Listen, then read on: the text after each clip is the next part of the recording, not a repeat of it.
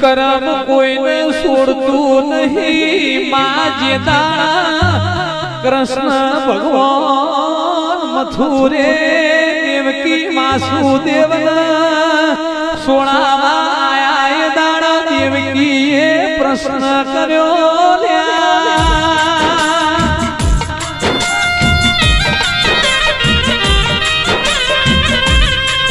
કે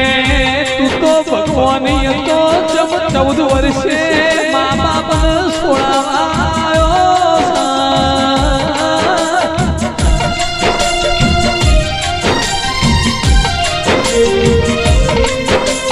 દાડા કૃષ્ણએ એવો જવાબ આલ્યો મારો પેલો અવતાર રોમનો હતો એ દાડા તમે કઈ તો તમે મને 14 વર્ષનો વનવાસ આલ્યો તો